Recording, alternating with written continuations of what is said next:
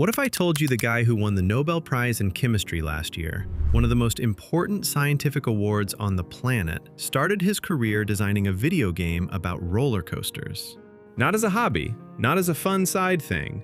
At 17 years old, Demis Hassabis was the lead programmer on a game called Theme Park at Bullfrog Productions, a game that went on to sell 15 million copies and basically invent an entire genre. 15 million at 17. And here's the thing that gets me about his story. He didn't become a scientist because he gave up on games. He didn't pivot. Every single thing he did, from chess to coding to neuroscience, was actually the same obsession wearing a different costume. He wanted to understand intelligence, real intelligence. And he decided the fastest way to build it was to first understand the brain that already had it. That plan took 30 years. It ended with a Nobel Prize. And along the way, he did something nobody in biology had managed to do in half a century. Let's start where Demis started, chess. He learned at 4 years old. His dad and uncle were playing, he asked to learn, and within a couple of weeks, he was beating both of them. Not because he studied hard, because he saw the patterns faster than they did. By 13, he had an ELO rating of 2,300 and was ranked second in the world for his age group. He captained England's junior chess teams. He represented Cambridge in the Oxford-Cambridge varsity matches 3 years running. But here's the part people skip over when they tell his story. Chess never felt like the end game to him.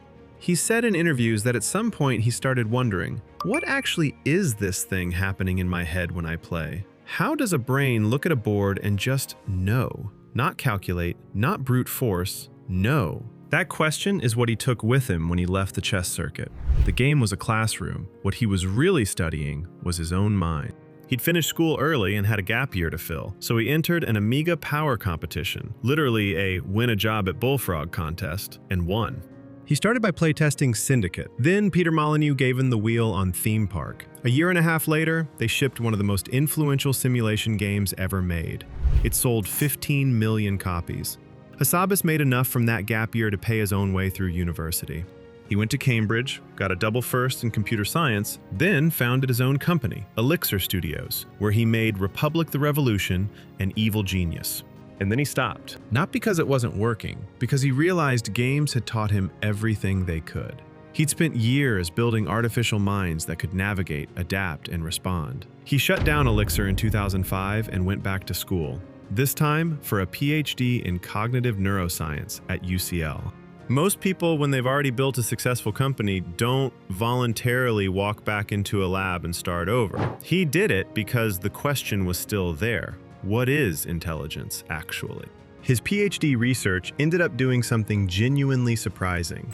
He studied patients with damage to their hippocampus, the part of the brain associated with memory, and found something nobody had connected before. They couldn't remember the past, but they also couldn't imagine the future. His paper on this, published in PNAS, became a landmark. Science magazine named it one of the top 10 scientific breakthroughs of 2007.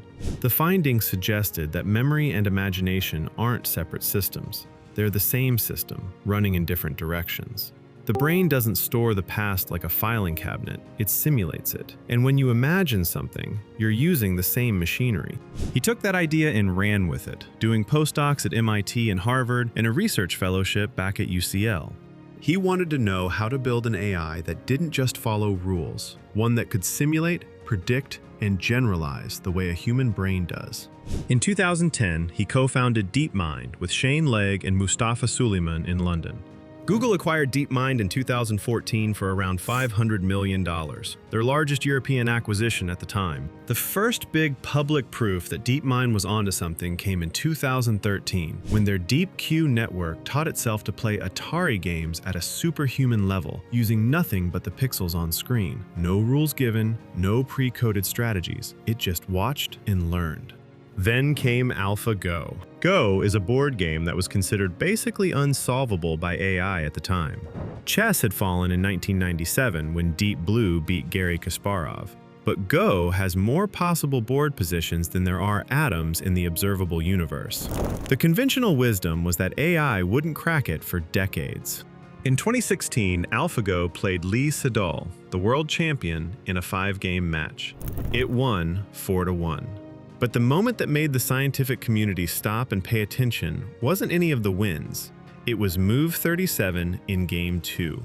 AlphaGo played a move that no human player would have made, not because it was random, but because it was too creative. It set up a winning position that only became clear 50 moves later. A machine had not just beaten a human at Go, it had surprised one.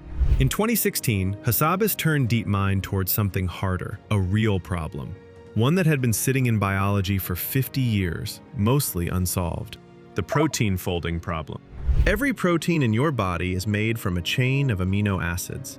How that chain folds into a 3D shape determines what the protein does, how it fights disease, carries oxygen, digests food, repairs DNA.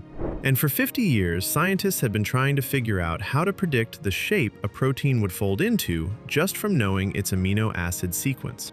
Why does it matter? Because if you know a protein's shape, you can design drugs that fit it like a key. You can understand diseases at the molecular level. You can start engineering biology instead of just observing it. The problem is that the number of possible ways a protein can fold is astronomical. One estimate puts it at more possible configurations than there are atoms in the universe.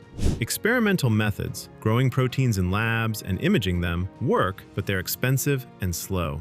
In December 2018, DeepMind entered the Biennial Protein Structure Prediction Competition, CASP, and surprised everyone by predicting the most accurate structure for 25 of the 43 target proteins.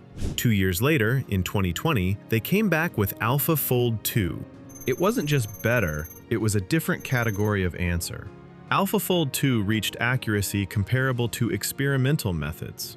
Over the next year, Hassabis and his team used AlphaFold 2 to predict the structure of virtually all 200 million known proteins from about 1 million different species.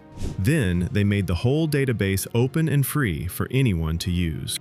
More than 2 million researchers from 190 countries have used it since. Scientists are using it to understand antibiotic resistance, to find enzymes that can break down plastic, to design new drugs. The AlphaFold 2 paper from 2021 is already one of the most cited scientific publications of all time. In October 2024, Demis Hassabis and his colleague John Jumper were awarded the Nobel Prize in Chemistry for protein structure prediction. They shared the prize with David Baker, who won for computational protein design. He was also knighted earlier that year, Sir Demis Hassabis, for services to artificial intelligence. The kid who learned chess at 4, coded theme park at 17, walked away from a successful company to study how the brain builds memories, then used everything he'd learned to train a machine to crack a biological puzzle that had stumped scientists for half a century. His company's mission was always stated the same way: solve intelligence, then use it to solve everything else. Most people read that as a tech company tagline. I think he meant it literally. Not as a business strategy, as a personal plan. Everything was in service of the same thing. Chess taught him pattern recognition. Games taught him how artificial systems learn. Neuroscience taught him what real learning actually looks like. DeepMind was where all of it converged. AlphaFold didn't come from nowhere. It came from a guy who spent 30 years asking the same question from different angles. That's not a career, that's a project. The documentary about him, The Thinking Game, premiered at the Tribeca Film Festival in 2024.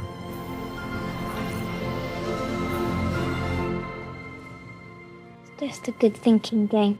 Worth watching if you want to see what it looks like when someone has been building towards something their entire life and it finally arrives.